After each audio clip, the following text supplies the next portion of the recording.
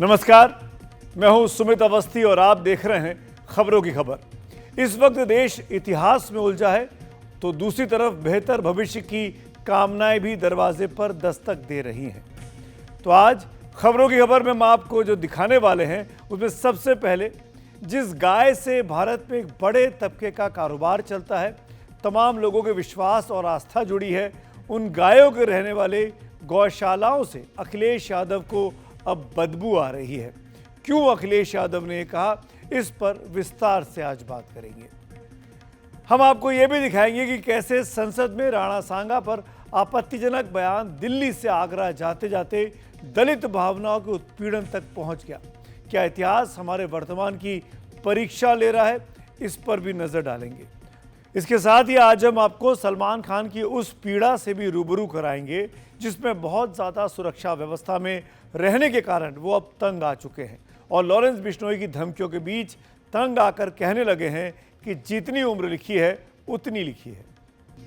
और हम वो खबर भी लाए हैं जिनमें टैक्सी चलाने वालों की जेब में ज़्यादा पैसे आ सकते हैं। आखिर क्या है उस सहकारी टैक्सी सर्विस ऐप में, ये हम आपको विस्तार से बताएंगे।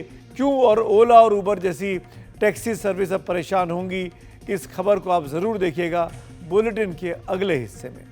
लेकिन खबरों की खबर की शुरुआत करते हैं उत्तर प्रदेश से।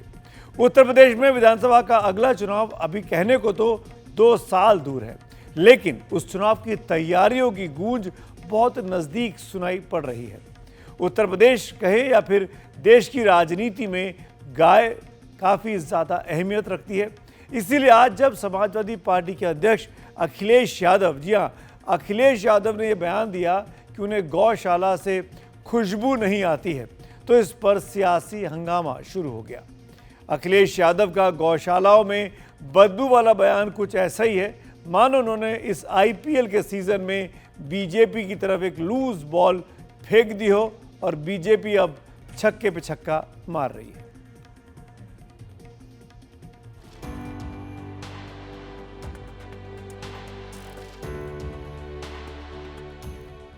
देश के प्रधानमंत्री नरेंद्र मोदी का गायों के प्रति प्यार कुछ ऐसा है।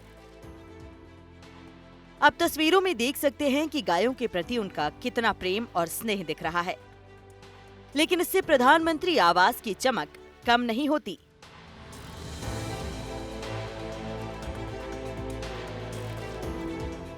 जब भी गोरखपुर के अपने मठ में उत्तर प्रदेश के मुख्यमंत्री योगी आदित्यनाथ रहते हैं तो गौशाला में जाकर अपनी गायों की सेवा जरूर करते हैं, लेकिन उनको इसमें दुर्गंध नजर नहीं आती।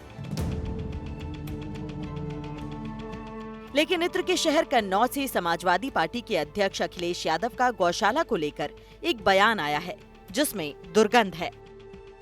आप बताइए, दुर्गंध पसंद करते हैं इसीलिए गौशाला बना रहे हैं। हम सुगंध पसंद कर रहे थे इसलिए इत्र पार्क बना रहे थे। बताइए, ये सांड पकड़ रही है सरकार के नहीं पकड़ रही है? आप खुद जानते होंगे। नहीं पकड़ रही है, उसका भी पैसा खा जा रहे हैं। तो इसलिए हम लोग सुगंध पसंद करने वाले लोग हैं, इसलिए परफ्यूम पार्क बना रहे हैं। अखिलेश यादव को गौशाला से दुर्गंध आ रही है, वो इत्र पर ध्यान दे रहे हैं और बीजेपी कह रही है कि अखिलेश यादव को सुगंध तो कहीं और से आती है। अखिलेश यादव जैसे लोग वोट के खातिर कुछ भी कर सकते हैं। जरूरत पड़े तो नमाज तो पढ़ना शुरू ही कर दिया। जिस गाय को हिंदू पूजता उनको दुर्गंध आता, इससे बड़ा दुर्भाग्य और क्या हो। इन लोगों को सनातन से लगाव नहीं है, सनातन विरोधी है। और मैं तो कहूंगा, अगर हिंदुस्तान में रह के सनातन से विरोध करते हो, हिंदुस्तान से रह के सनातन से आपको दुर्गंध आती है, हिंदुस्तान में रह के गौ माता से आपको दुर्गंध आती है, हिंदुस्तान में रहकर साधु संत को आप अगर सांड छुट्टल सांड कहते हो, तो हिंदुस्तान में राजनीति बंद कर देनी चाहिए। वह भूमि ढूंढनी चाहिए जहां पर आप सनातन का अपमान कर सकते हो और वह देश सहेगा। यह देश सनातन का अपमान नहीं सहेगा। ये बहुत हास्यास्पद और उतना ही आक्रोश उत्पन्न करने वाला है। समाजवादी पार्टी के मुखिया कह रहे हैं कि गौशालाओं से उनको बदबू आती है। उनको स्लॉटर हाउस जब उनके कार्यकाल में चला करते थे तो क्या उन स्लॉटर हाउस उनको खुशबू आया करती थी? गायों को कटवाना उनकी सरकार में जिस तरह से खुलेआम हुआ करता था, उससे उनको खुशबू आया करती थी। ये बहुत दुर्भाग्यपूर्ण है। अखिलेश यादव जी जिस बिरादरी की राजनीति करते हैं, क्या उनकी बिरादरी इस बात को स्वीकार करेगी कि गौशालाओं से उनको बदबू आ रही है? जिनका परंपरागत व्यवसाय रहा है गौशाला, गौपालन करना, भैंस पालन करना, क्या उनको उससे बदबू आ रही है? अखिलेश यादव जी की मानसिकता आज तुगलकिया और इतनी मुगलिया सोच से बढ़ गई है कि आज वो भारतीय सनातन संस्कृति को अपमानित करने का कोई मौका नहीं छोड़ रहे। अखिलेश यादव ने जब गौशाला से बदबू वाली बात की तो पता नहीं उनके जहन में भगवान कृष्ण थे कि नहीं थे, जबकि वो भगवान स्वयं ही गायों की सेवा में तल्लीन रहते थे। बल्कि ब्रज में यमुना किनारे उन्होंने गायों की बचपन में देखभाल की। ये वही भगवान कृष्ण हैं जिनको लेकर अखिलेश यादव का दावा था कि वो उनके सपने में आते हैं। रात में हमारे सपने में आए थे भगवान कृष्ण जी, कह रहे थे आपकी सरकार बनने वाली है। अगर अखिलेश यादव को गौशाला से बदबू आती है तो उन्हें अपने पिता और दिग्गज समाजवादी नेता मुलायम सिंह यादव को सुन लेना चाहिए, जिन्होंने 27 फरवरी 2003 को लोकसभा में बहुत गर्व से कहा था कि हाँ, वो गौपालक हैं। 1966 के दिन याद है, 67 के दिन है, दे धर्म का नाता है, गौ हमारी माता है। इनके गाय घर में पूछ नहीं गाय। कितनी गाय है कहता तुम्हारे पास? हाँ, चार। अरमानी जी के पास कितनी? यही सब है, उतनी है जितनी आपके पास है। हमारे पास तो 14 है अभी। मैं यहाँ नहीं। मुलायम सिंह जी, कहाँ है आपका? मुलायम सिंह जी, तुम्हारे पास सब हैं, उतने तो मेरे पास अकेले हैं। और संजय सभापति, इनके पास, सबके पास जितनी गाय उतनी मेरे पास अकेले। आप जाहिर है कि जब मुलायम सिंह यादव गाय पालते रहे होंगे तब उन्होंने गौशाला भी बनवाई होगी, लेकिन उनका कोई बयान नहीं आया कि उन्हें गौशाला से बदबू आती है। लखनऊ में रणवीर के साथ पंकज झा, एनडीटीवी इंडिया के लिए।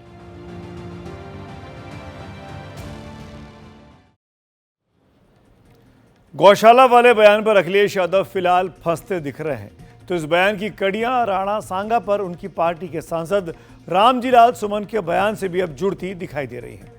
मेवाड़ के राजा राणा सांगा पर रामजीलाल सुमन ने राज्यसभा में जो बयान दिया था, उस पर इतना विवाद मचा कि करणी सेना ने उनके आगरा वाले घर पर हमला बोल दिया और सुमन साहब के घर में जमकर तोड़फोड़ मचा दी।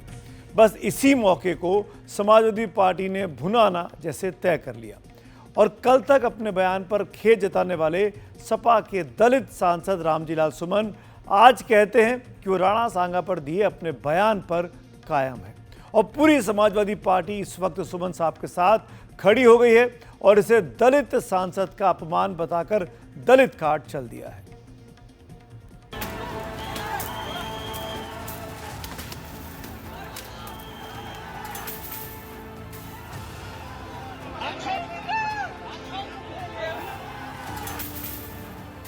तस्वीरें बुधवार यानी 26 मार्च की हैं।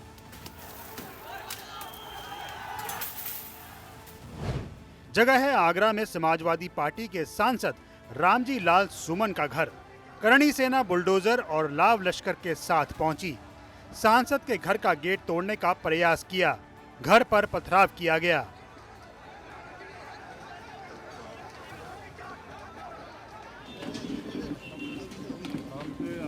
समाजवादी पार्टी के सांसद रामगोपाल यादव पार्टी के दूसरे नेताओं के साथ रामजी लाल सुमन के घर पर पहुंचे और परिजनों से मुलाकात की। मेल मुलाकात के बाद रामगोपाल यादव ने जो बयान दिया उसे सुनिए। रामजी लाल सुमन दलित न होते, अगर उन्हीं की बिरादरी के होते तो हमला करते ही लोग। ये पूरे पीडीए पर और दलित समाज के ऊपर हमला है। समाजवादी पार्टी इसको किसी कीमत पर बर्दाश्त नहीं करेगी और ईद के तत्काल बाद हमें अगर कार्रवाई नहीं होती है तो पूरे प्रदेश में आंदोलन। देखिए, उनका बयान जब आया था उससे करोड़ों लोग आहत हुए, और किसी जनप्रतिनिधि को तो ये अधिकार नहीं कि ऐसे किसी व्यक्ति को जिसके बारे में सम्मान, श्रद्धा हो और महापुरुष हो, उसके खिलाफ अपमानजनक शब्दों का प्रयोग करें और उनकी पार्टी उनको शोकाज नोटिस न दे, उनके खिलाफ कोई कार्रवाई न करे।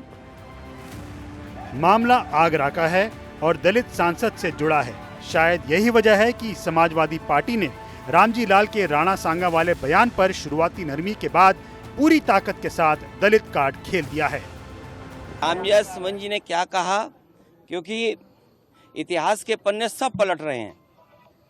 बीजेपी के सोचिए क्या इतिहास का पन्ना पलट रहे हैं। बीजेपी के लोग किस बात पे बहस कर रहे हैं? उनके बड़े बड़े नेता जिन्होंने संविधान की शपथ ली, वो किस बात की बहस छेड़ना चाहते हैं? औरंगजेब की बहस छेड़ना चाहते हैं।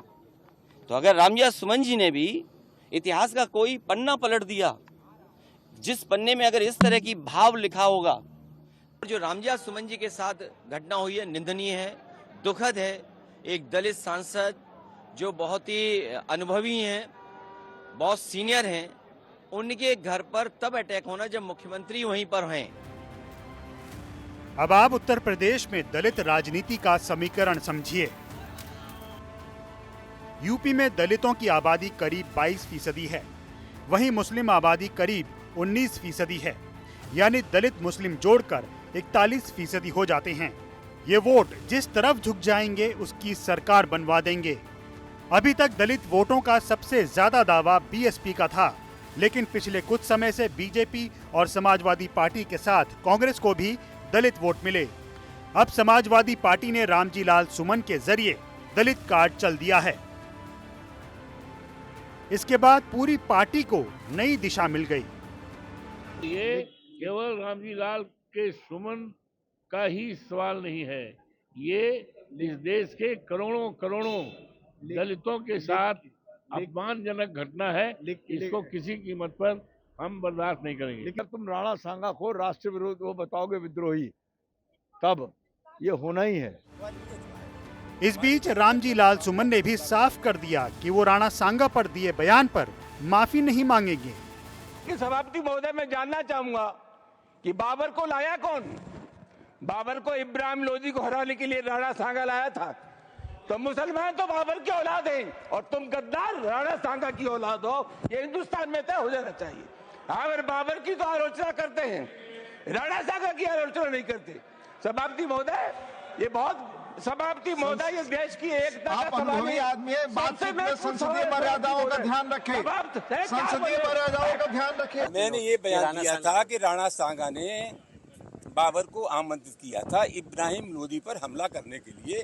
मैं उस बयान पर अभी भी कायम हूँ, लेकिन मेरा मकसद किसी की जातिगत और धार्मिक भावनाओं को ठेस पहुंचाने का नहीं था। साफ है कि इतिहास के पन्नों को हथियार बनाकर वो जंग लड़ने की तैयारी चल रही है जो 2 साल की दूरी पर खड़ी है, यानी 2027 का उत्तर प्रदेश का विधानसभा चुनाव। लखनऊ से पंकज झा की रिपोर्ट, एनडीटीवी इंडिया। जब चुनाव सर पर आता है तो मुस्लिम वोट का सवाल अहम हो जाता है। इस साल के आखिर में नवंबर-दिसंबर के महीने में बिहार में विधानसभा के चुनाव होने जा रहे हैं। वहाँ ऐसी 32 सीटें हैं जिनकी हार जीत से बिहार में तय होता है कि किसकी सरकार बनेगी। इसीलिए मुस्लिम वोटों को रिझाने की कोशिश होती है या उनको धुरी बनाकर ध्रुवीकरण की राजनीति होती है।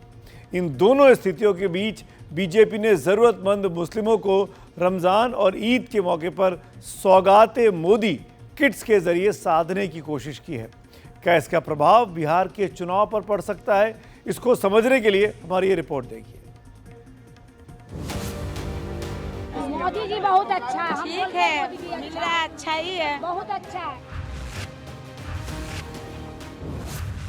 ये 2 तस्वीरें बिहार में मुस्लिम वोट को लेकर राजनीति के विरोधाभास को दर्शाती हैं। पहली तस्वीर गुरुवार की है, जब पटना में ईद के मौके पर जरूरतमंद मुसलमानों को प्रधानमंत्री नरेंद्र मोदी की तरफ से सौगात दी जा रही है। सौगाते मोदी लिखा हुआ है, सौगाते मोदी। हाँ। ये पता है कपड़ा है, एक साड़ी है, और क्या है? बस साड़ी है, सेवैया है। कौन दे रहा है साड़ी? मोदी। कौन? मोदी जी। मोदी जी साड़ी दे रहे हैं, किस लिए? ऐसे गरीब आदमी को दे रहे हैं। मोदी जी के स्वागत करते हैं, हम लोग बधाई देते हैं। मोदी जी बहुत अच्छा सरकार है। मोदी जी इतना हम लोग के मुस्लिम के बांट रहा था, बहुत खुशी है। मोदी जी के अल्लाह ताला आओ उम्र दे, आओ तरक्की दे, कि आओ तो मुसलमान भाई लगी या चाहे पूरा हिंदुए भाई लगी, देश के विकास करते रहे। और दूसरी तस्वीर बुधवार की है, उसी पटना की, जहां all India Muslim personal law board ने वक्फ बोर्ड संशोधन बिल के खिलाफ विरोध प्रदर्शन किया। जिसमें अपने बेटे तेजस्वी यादव के साथ खुद लालू प्रसाद यादव भी पहुंचे थे। लोकतंत्र को खत्म करने का प्रयास किया जा रहा है, संविधान को खत्म करने का कोशिश किया जा रहा है। हम लोग संविधान के मानने वाले लोग हैं, गंगा जमुनी तहजीब को मानने वाले लोग हैं और किसी भी कीमत पर हम लोगों का प्रयास है कि ये बिल पास ना हो। तो बिहार में मुस्लिम राजनीति दो धुरी पर खड़ी है।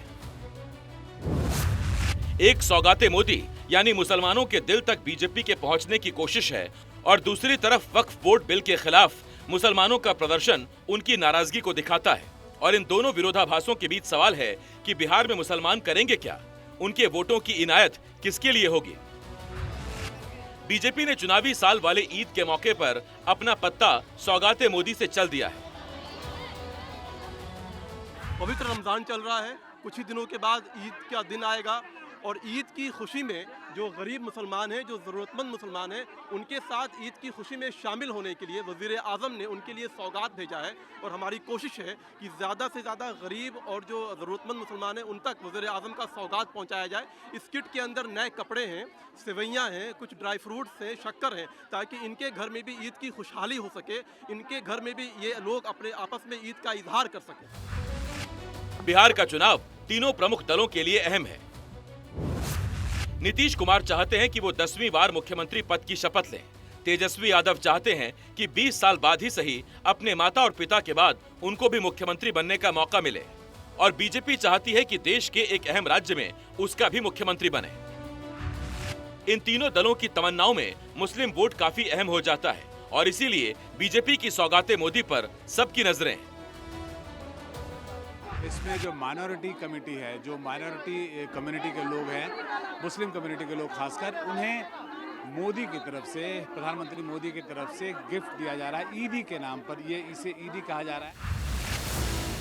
बीजेपी की पहचान एक ऐसे राजनीतिक दल की है जिसे मुस्लिम वोटों के खिलाफ हिंदू वोटों के ध्रुवीकरण का फायदा मिलता है। लेकिन बिहार में सिर्फ उसी ध्रुवीकरण से बीजेपी की बात बनती नहीं दिखती।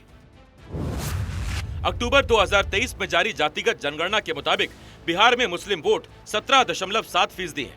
बिहार में 243 विधानसभा सीटों में से 32 सीटें ऐसी हैं जहां 30% से ज्यादा वोटर मुसलमान हैं। यानी ये 32 सीटें किसी भी दल को 122 के बहुमत वाले आंकड़े तक पहुंचाने में मददगार हो सकती हैं। बीजेपी इनमें से 7 सीटों पर जीत की हैट्रिक लगा चुकी है। 2020 के विधानसभा चुनावों में बीजेपी ने मुस्लिम बहुल 12 सीटों पर जीत हासिल की थी। वहीं जेडीयू ने 6, कांग्रेस और आरजेडी ने 5-5 सीटों पर जीत पाई थी। बीजेपी को लगता है कि उसके कोर वोटर तो उसके साथ हैं ही, अगर मुसलमानों के फ्लोटिंग वोट उसको मिल जाएं तो पासा पलट सकता है। इसीलिए बीजेपी का ज्यादा फोकस पसमानदा मुसलमानों पर है, जिनकी माली हालत और सामाजिक स्थिति दोनों ही दयनीय है। खुद प्रधानमंत्री नरेंद्र मोदी पसमानदा मुसलमानों की बेहतरी की बातें कई बार कह चुके हैं। पसमानदा समाज के प्रति मेरा ये भाव है कि उसमें सचमुच में, मैं तो, मेरा गांव, मेरा घर परिवार है, मेरे अगल बगल में जो मुस्लिम परिवार है, मैं एक मुस्लिम बस्ती में ही बड़ा पला हूँ, मेरा घर वहीं है। वो ज़्यादातर ये भाड़ भूजा वगैरह जिसको कहते हैं, उस प्रकार के समाज के लोग हैं जो रूई करने वाले वगैरह। अब वो अलग अलग राज्यों में उनके नेम अलग हैं, लेकिन अब उनकी हालत मैं देख चुका हूँ जी। और इस तब मैं कहता हूँ कि भाई पसमानदा समाज में शिक्षा बढ़नी चाहिए, पसमानदा समाजों के लोगों को एक अवसर मिलना चाहिए। तो मेरा भारत की विकास यात्रा में इतना बड़ा वर्ग भागीदार कैसे बने, ये मेरा विषय है। बिहार में अगर 15 साल तक लालू यादव और राबड़ी देवी की सरकार रही तो उसकी बड़ी वजह लालू का माई वाला फॉर्मूला था। माई यानी मुसलमान और यादव, और इन दोनों समुदायों का वोट जोड़कर करीब 32% हो जाता है। इसी की काट में बीजेपी चाहती है कि मुस्लिम वोट उसे भी मिले। बीजेपी की चिंता यह भी हो सकती है कि लोक नीति पोस्ट पोल सर्वे के मुताबिक बीजेपी को 2014 और 2019 में 8% मुस्लिम वोट मिले थे, लेकिन 2024 में वो घटकर 6% रह गए। हालांकि जानकार मानते हैं कि अभी भी मुस्लिम वोट बीजेपी के नाम पर छिटकता है, लेकिन पीएम मोदी के उसी फलसफे को बीजेपी आगे बढ़ा रही है कि रस्सी की बार बार रगड़ से पत्थर भी घिस जाता है। पटना से प्रभाकर कुमार की रिपोर्ट, एनडीटीवी इंडिया के लिए।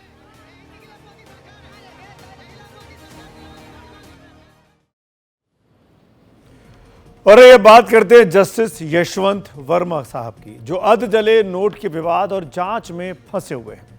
पिछले 3 दिनों से उनका घर जांच का केंद्र बना हुआ है। सुप्रीम कोर्ट की बनाई जो आंतरिक न्याय की जांच टीम है, उसने आज फायर ब्रिगेड के अधिकारियों को बुलाकर उनका बयान दर्ज किया है। अब जांच की रिपोर्ट चाहे जो भी आए, लेकिन इलाहाबाद बार एसोसिएशन के नेतृत्व में देश के 6 बार एसोसिएशंस ने आज जस्टिस वर्मा पर कार्रवाई को लेकर सुप्रीम कोर्ट के मुख्य न्यायाधीश chief justice of India Sanjeev Khanna साहब के साथ मुलाकात की और मांग की कि उनके ट्रांसफर को रद्द किया जाए और जस्टिस वर्मा को तुरंत अरेस्ट कराया जाए।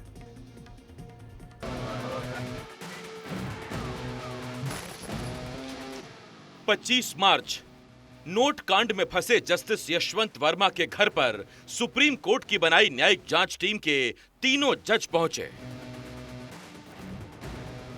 जांच टीम ने उस स्टोर रूम का भी जायजा लिया जहां 500 के अधजले नोटों की बोरियां मिलने की बात है। 26 मार्च दिल्ली पुलिस की एक टीम ने 2 घंटे तक जस्टिस वर्मा के घर में जांच की, जिसके बाद स्टोर रूम को सील किया गया और सीलिंग की वीडियोग्राफी की गई।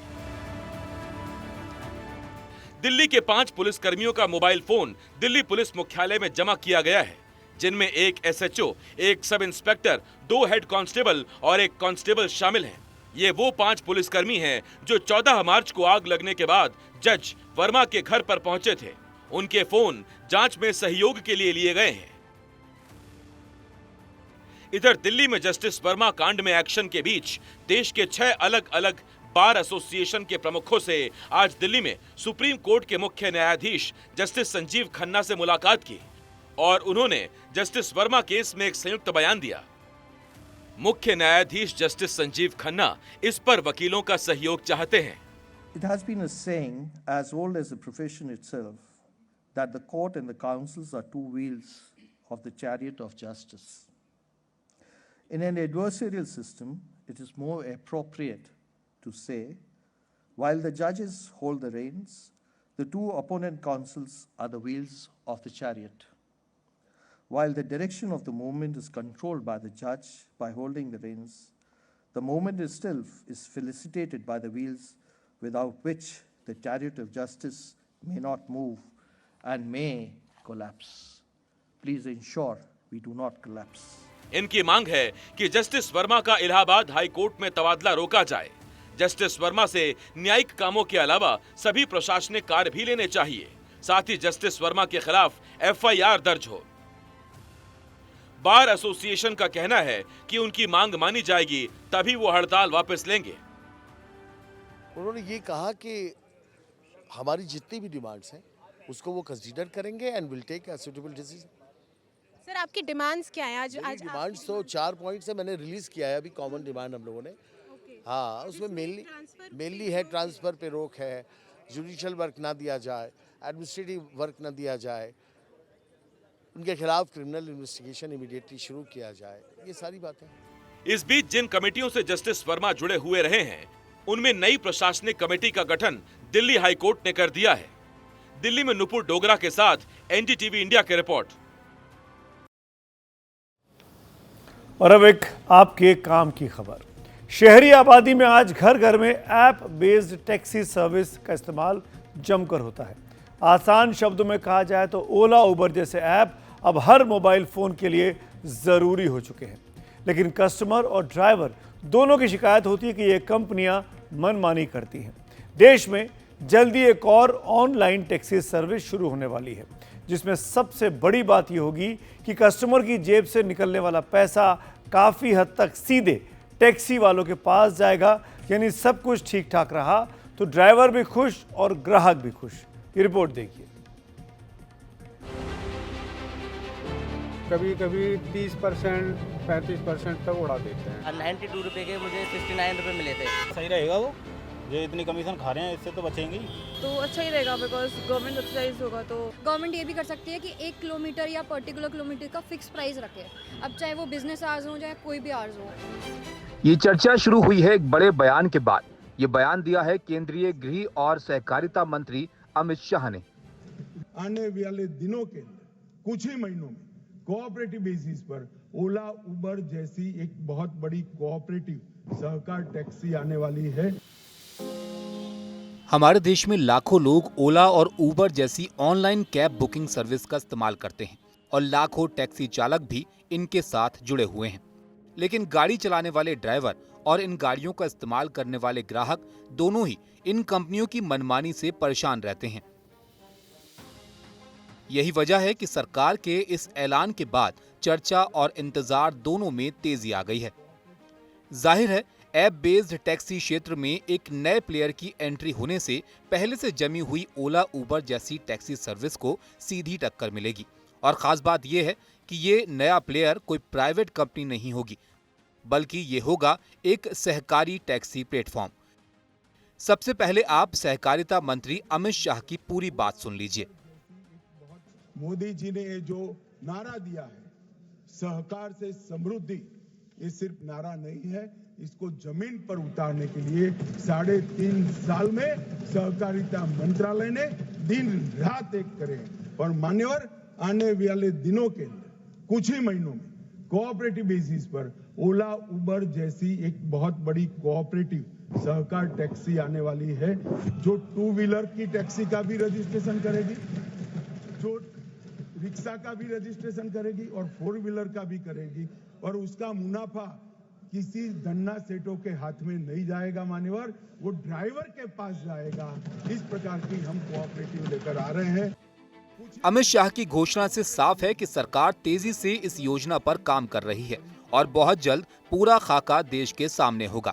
अब सवाल उठता है कि ऐप आधारित नई टैक्सी सर्विस के आने से क्या फायदा होगा। 2 तरह के फायदे होंगे। कैब ड्राइवर्स को भारी भरकम कमीशन नहीं देना होगा।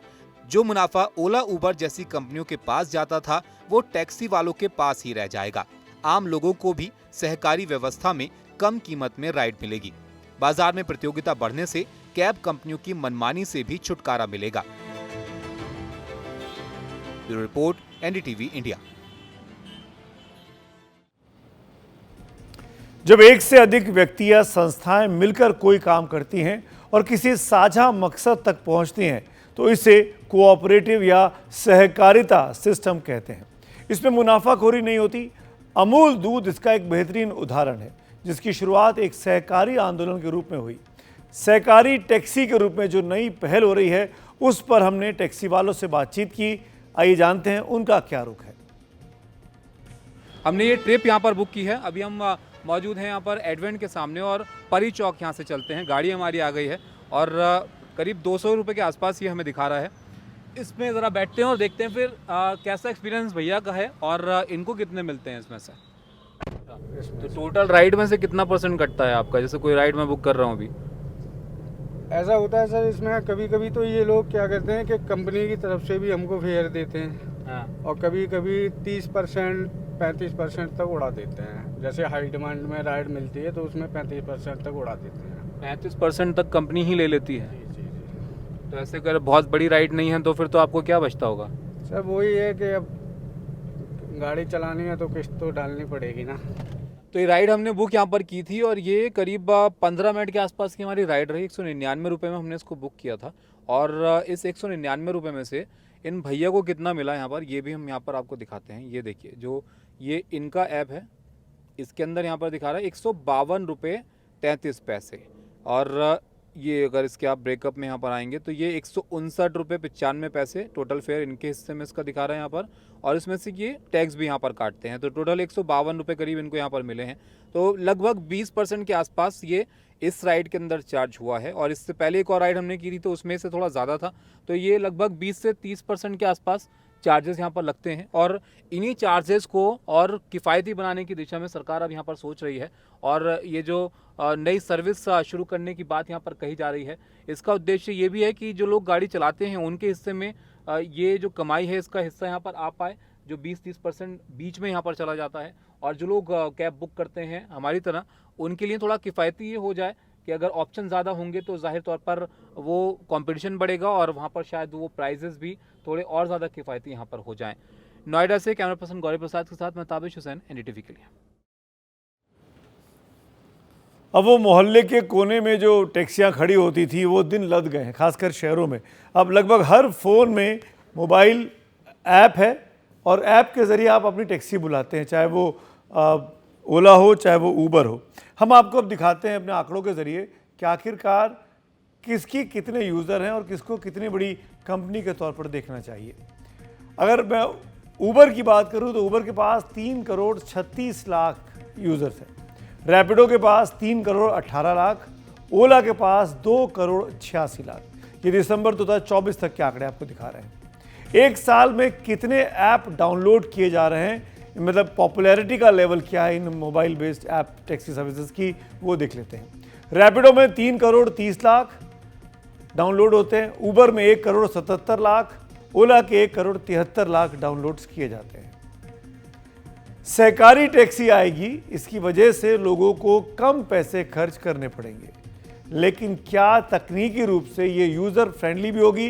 क्या सुरक्षा के मामले में खास तौर पर महिलाओं के लिए नई व्यवस्था सुविधाजनक होगी? हमने आज टैक्सी यूज़र से इस बारे में भी बात की, सुनते हैं उनकी क्या प्रतिक्रिया है।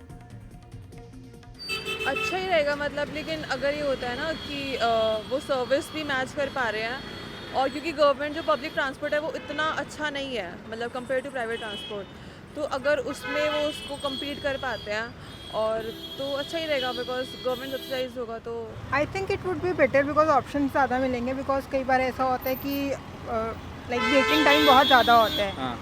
Obviously if you have to go somewhere, हम उसी टाइम पे कैब बुक करते हैं so that the driver doesn't have to wait और वेटिंग चार्जेस ना हो। मैं तो पास में रहती हूँ तो मतलब 25 किलोमीटर्स तो मुझे अराउंड 330 और 430 पड़ता है। मतलब 300-400 तो आपके सिर्फ राइड में ही चले जाते हैं, which is like a little expensive. वो भी डिपेंड करता है आप किस वक्त पे ट्रैवल कर रहे हो। यस, पीक आवर्स में करता है तो फिर वो 500 तक जाता है। तो आपको लगता है कि अगर ऐसी सर्विस आती है तो ये अच्छा रहेगा? बहुत हेल्पफुल है। My vision, there's a too much technical glitch in the app. They should correct that one firstly. Yes, this is the might be the beneficial for the people. Helpful रहेगा obviously, government अगर निकाले cheaper rate में, because उबर और ओला के rate भी high होते ही जा रहे हैं। अगर गवर्नमेंट निकालता है तो ये हेल्पफुल होगा। तो ओला उबर रैपिडो के नींद उड़ने वाली है, ऐसा लग रहा है कि सहकारी टैक्सी जो ऐप आने वाला है उसके ज़रिए। अब बात करते हैं अगली खबर की, सलमान खान की। पिछले कुछ समय से देखा जा रहा है कि उन्हें बार बार धमकियां मिल रही हैं। सलमान ने आखिरकार लॉरेंस बिश्नोई गैंग की ओर से मिल रही धमकियों पर अपनी चुप्पी तोड़ दी है। सलमान से जब पूछा गया कि उन्हें धमकियों से डर नहीं लगता तो उन्होंने जवाब दिया, जितनी उम्र लिखी है उतना तो जिएंगे। जब हम करेंगे तो पता लग ही जाएगा। सलमान खान का करेंगे, मारेंगे जाएंगे, जोधपुर में मारेंगे तो पता लग जाएगा इनको। अभी तो मैंने कुछ किया ही नहीं। यही वो बयान है जिसके बाद पहली बार पूरी दुनिया को पता चला था कि लॉरेंस बिश्नोई सलमान खान को अपना दुश्मन मानता है। यह बयान जनवरी 2018 का है। तब लॉरेंस बिश्नोई को जोधपुर के एक कोर्ट में पेशी के लिए लाया गया था। उसके बाद 7 साल का वक्त गुजर गया और इस दौरान कई बार ऐसी घटनाएं सामने आईं जिनसे निष्कर्ष निकाला गया कि सलमान को लॉरेंस से जान का खतरा है।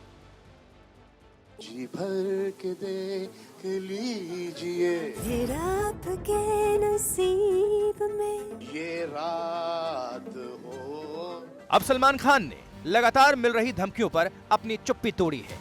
आने वाली फिल्म सिकंदर के प्रचार के दौरान धमकियों पर सवाल पूछा गया तो सलमान खान ने कहा, भगवान अल्लाह सब बराबर हैं, जितनी उम्र लिखी है उतनी लिखी है, बस यही है। सलमान ने अपनी सुरक्षा बढ़ाने के मामले पर बोला, कभी कभी इतने लोगों के साथ घूमना ही एकमात्र समस्या बन जाती है। पिछले साल 14 अप्रैल को सलमान खान के घर के बाहर 5 राउंड फायरिंग की गई थी। इसके कुछ महीने बाद सलमान के करीबी और एनसीपी नेता बाबा सिद्दीकी की हत्या भी की गई। इन्हीं परिस्थितियों में सलमान खान की सुरक्षा को बढ़ा दिया गया था। कुछ ही दिन पहले अभिनेता सलमान खान की सुरक्षा को देखते हुए उनके बांद्रा स्थित घर गैलेक्सी अपार्टमेंट्स में कुछ बदलाव किए गए थे। सूत्रों के मुताबिक अब उनके घर की खिड़कियों में बुलेट प्रूफ शीशे भी लगा दिए गए हैं, गैलेक्सी अपार्टमेंट्स के आसपास हाईटेक सिक्योरिटी सिस्टम भी लगाया गया है और हाई रेजोल्यूशन सीसीटीवी कैमरा भी इंस्टॉल किया गया है। सलमान खान को Y+ सिक्योरिटी दी गई है। उनकी सुरक्षा में 25 सुरक्षा कर्मी मौजूद रहते हैं, जिसमें सुरक्षा दल के साथ 2 से 3 गाड़ियां और करीब 2 से 4 कमांडोज होते हैं। इसके अलावा बुलेट प्रूफ गाड़ी भी होती है। सलमान के निजी बॉडीगार्ड शेरा भी हमेशा उनके साथ रहते हैं। मुंबई से ब्यूरो रिपोर्ट, NDTV इंडिया।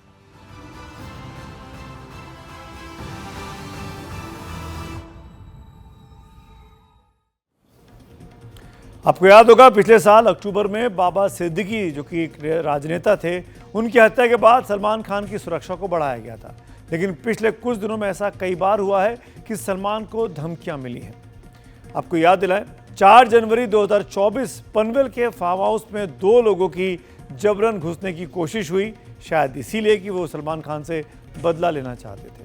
14 अप्रैल 2024 बांद्रा वाले घर गैलेक्सी अपार्टमेंट के बाहर फायरिंग हुई थी। 25 अक्टूबर 2024 बाबा सिद्दीकी के बेटे जीशान को मैसेज करके सलमान को धमकी दी गई।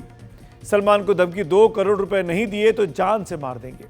4 नवंबर 2024 मुंबई ट्रैफिक कंट्रोल रूम को मैसेज कर सलमान को धमकी, सलमान को मैसेज 5 करोड़ दे नहीं तो जान का खतरा होगा। 3 दिसंबर 2024 शूटिंग के दौरान सेट पर एक युवक घुसा, बोला लॉरेंस बिश्नोई को बुलाऊं क्या। यानी सलमान खान को लगातार धमकियां मिलती रही हैं। और आइए अब बात करते हैं ऑपरेशन तेंदुआ की। राजस्थान के बाड़मेर में पिछले कुछ दिनों से एक तेंदुए का आतंक छाया हुआ है। तेंदुए ने एक युवक को घायल कर दिया। तेंदुए की तलाश में एक बड़ी टीम लगी है। सीसीटीवी में उसकी तस्वीर भी मिली, लेकिन तेंदुआ नहीं मिल रहा।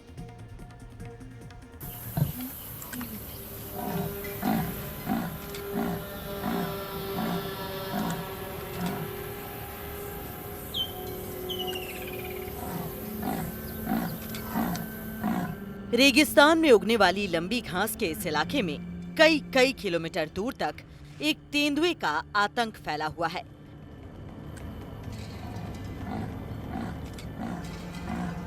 तेंदुआ यहां इंसानों पर हमला कर चुका है। पूरा फॉरेस्ट विभाग तेंदुए की तलाश में है, लेकिन उसे ढूंढना नामुमकिन बना हुआ है।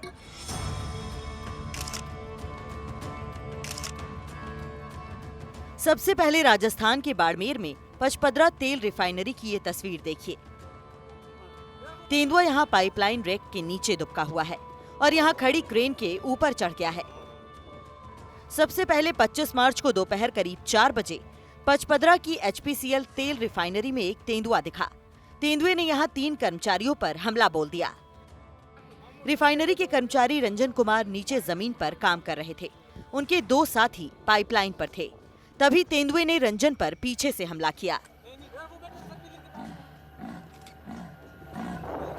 क्या काम कर रहे थे वहाँ पे, तो हम देखे नहीं है उसको। जैसे आगे बढ़े हैं ना, तो एक बैग से जंप लगा के मेरे ऊपर छलांग लगा दिया।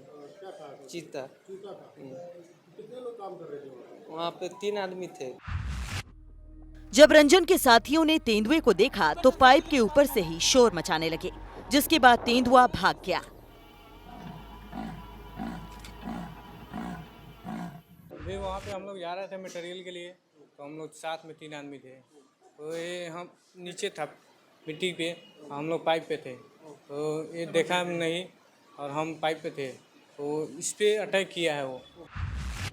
25 तारीख को तेंदुआ दोबारा नहीं दिखा, लेकिन 26 मार्च को देर रात तेंदुए को दोबारा देखा गया और सीसीटीवी में भी ये तस्वीर कैद हो गई। असल में पचपदरा HPCL रिफाइनरी का एरिया काफी बड़ा है। रिफाइनरी 5 से 6 किलोमीटर के दायरे में फैली हुई है। यहाँ रेगिस्तान में उगने वाली लंबी घास भी फैली हुई है। इसके अलावा तेल के प्रोडक्शन में लगी बड़ी बड़ी मशीनों और पाइप का जाल भी बिछा हुआ है, इसलिए तेंदुआ यहाँ आसानी से छिप जाता है। फिलहाल वन विभाग की 15 टीमें तेंदुए को ढूंढ रही हैं। जोधपुर से आई एक टीम इस काम में मदद कर रही है। हमारे अलग अलग टीमें बनाई हुई है 3 भागों में बंटे हुए हैं। 5-5 का स्टाफ है वो सर्च कर रहा है पैंथर का। और क्योंकि रिफाइनरी का एरिया काफ़ी बड़ा है, पीछे का पार्ट है वो पूरा ओपन पार्ट है और बीच में जो कंजक्टेड इलाका है उसमें काफ़ी पाइपलाइंस भी है, होदियाँ बनी हुई है।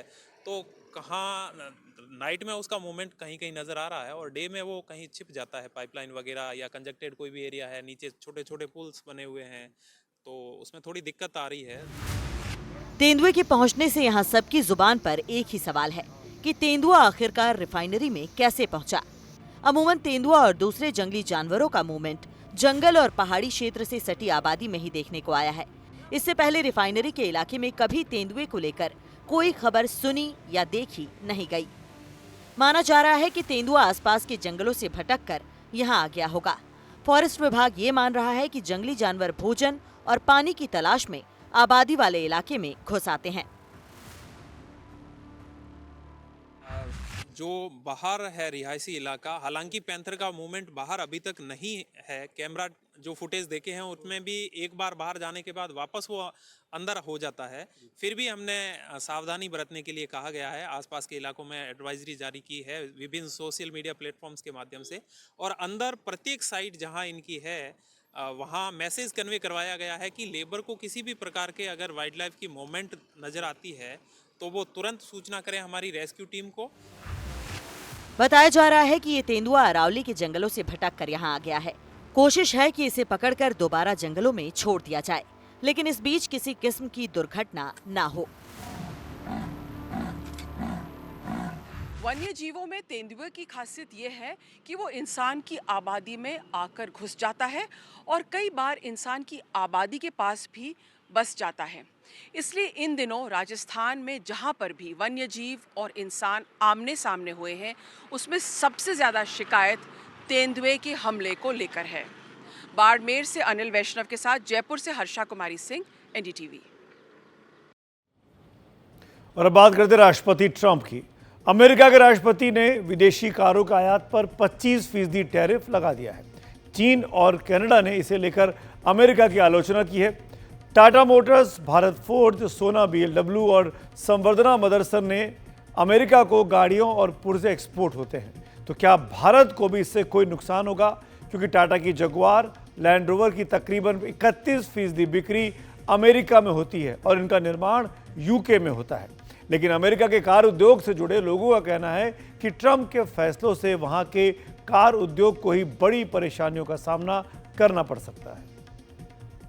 I think ultimately we could probably anywhere from $600 billion to $1 trillion will be taken in over the relatively short-term period, meaning a year from now. Trump का फंडा एकदम साफ है, कमाई कमाई और कमाई।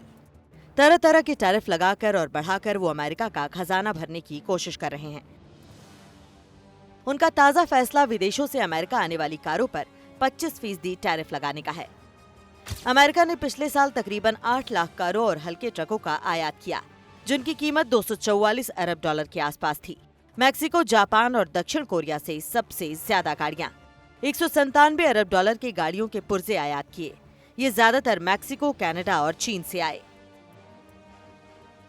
भारत से भी गाड़ियां अमेरिका जाती हैं। ट्रंप के फैसले के बाद भारत की टाटा कंपनी के शेयर 6% तक गिर गए। कहा जा रहा है कि ट्रंप के फैसले का टाटा मोटर्स की जगुआर, लैंड रोवर पर सीधा असर होगा। कंपनी ने पिछले साल दुनिया भर में 4 लाख कारें बेची, इनमें से तकरीबन 88,000 अमेरिका में बेची। कंपनी अपनी ज्यादातर कार ब्रिटेन में बनाती है। अमेरिकी राष्ट्रपति डोनाल्ड ट्रंप ने अमेरिका में आयात होने वाले कारों पर टैरिफ बढ़ाकर अंतर्राष्ट्रीय कार बाजार को एक बड़ा झटका दिया है। अब सबको इंतजार 2 अप्रैल का है, जब डोनाल्ड ट्रंप कई देशों से अमेरिका एक्सपोर्ट होने वाले सामान पर टैरिफ बढ़ाने का फिर ऐलान करेंगे। लेकिन भारतीय निर्यात से जुड़े जानकार भारत पर टैरिफ को लेकर ज्यादा फिक्रमंद नजर नहीं आ रहे हैं। At the same time background में हमारा जो मेन ऑब्जेक्टिव हो ट्रेड को बढ़ाना है, 200 से 500 बिलियन डॉलर ले जाना है। हमें एक मल्टीसेक्टरल बायलैटरल टैरिफ अरेंजमेंट भी करना है यूएस के साथ। तो उस कंटेक्स्ट में 2 अप्रैल की जो डेट आ रही है, मेरे को नहीं लगता कि वो रेसिप्रोकल टैरिफ इंडिया पे लगाएंगे, बिकॉज इंडिया ऑलरेडी उनसे निगोशिएशन कर रहा है। बहुत से यूएस प्रोडक्ट को हमने ऑलरेडी ड्यूटी कंसेशन दे दिया है। तो जब वो बात करते हैं रेसिप्रोकल टैरिफ की, वो खाली इंडिया के लिए नहीं है, और कंट्रीज़ के लिए भी रेसिप्रोकल टैरिफ आता है। ऑफ कोर्स इंडिया का नाम लिया है, लेकिन क्योंकि हम कंस्ट्रक्टिवली इंगेज्ड हैं विद द यूएस, तो ये शायद डेडलाइन हमारे ऊपर नहीं आएगी। मीडिया रिपोर्ट्स के मुताबिक भारत में पहले महंगी कारों पर 125% टैरिफ लगता था, जिसे अब घटाकर 70% कर दिया गया है। इससे ज्यादा टैरिफ भारत कारों पर नहीं वसूलता है, लेकिन अमेरिका भी इतना ही टैक्स वसूलेगा तो बेशक अमेरिका के खरीदारों को भारतीय कारों की कीमत ज्यादा देनी होगी। अमेरिका में आमतौर पर एक कार की कीमत 48 से $50,000 के आसपास पड़ती है। नए टैरिफ में इसमें $12,000 तक की बढ़ोतरी हो सकती है। यानी लोगों को महंगी कार मिलेगी और हो सकता है कि फिर उनमें से कई पुरानी कारों को खरीदने पर ज्यादा जोर दें। अमेरिका और भारत के बीच फिलहाल $190 अरब का व्यापार होता है, जिसे अगले 5 सालों में बढ़ाकर $500 अरब तक करने का इरादा है। लेकिन टैरिफ बैरियर्स हटाए बिना ये कैसे संभव होगा? बाहर से आने वाली कारों पर 25% टैरिफ का ऐलान तो राष्ट्रपति ट्रंप ने अब किया है, लेकिन रेसिप्रोकल टैरिफ यानी कि जो देश जिस वस्तु पर जितनी टैरिफ लगाएगा उतनी टैरिफ अमेरिका लगाएगा, इस नीति का ऐलान वो पहले ही कर चुके हैं और इसे 2 अप्रैल से लागू होना है। टैरिफ की ट्रंप की जिद से पार पाने के लिए भारत अपनी तरफ से लचीला रुख दिखा रहा है। इस बीच ट्रेड और टैरिफ पर बातचीत के लिए अमेरिकी दल भारत में है। भारत की कोशिश 2 अप्रैल की समय सीमा से छूट पाने की है और सितंबर तक समझौते तक पहुंचने की है। क्वाड समिट के लिए ट्रंप उसी समय भारत आने वाले हैं और तभी समझौते पर ऐलान संभव है। और अब बुलेटिन के आखिर में आपको बता देते हैं कल यानी 28 मार्च को क्या खास है। यानी कैलेंडर में कल पवित्र रमज़ान महीने में अलविदा की नमाज होगी। रमज़ान 2 मार्च को शुरू हुआ था। अब शव्वाल का चांद जिस दिन नजर आएगा उस दिन के हिसाब से ईद मनाई जाएगी। माना जा रहा है कि 31 मार्च या फिर 1 अप्रैल को ईद मनाई जा सकती है। उत्तर रेलवे कल से त्योहारों को लेकर 5 स्पेशल रेलगाड़ियां चलाने जा रहा है। ईद और नवरात्रि को देखते हुए दिल्ली से कटरा, वाराणसी, पटना, सहरसा और इंदौर के लिए ट्रेनें चलाई जाएंगी। दिल्ली विधानसभा में कल मुस्तफाबाद विधानसभा क्षेत्र का नाम बदलने के लिए प्रस्ताव पेश किया जाएगा। बीजेपी के विधायक मोहन सिंह बिष्ट इस विषय में प्रस्ताव लेकर आएंगे।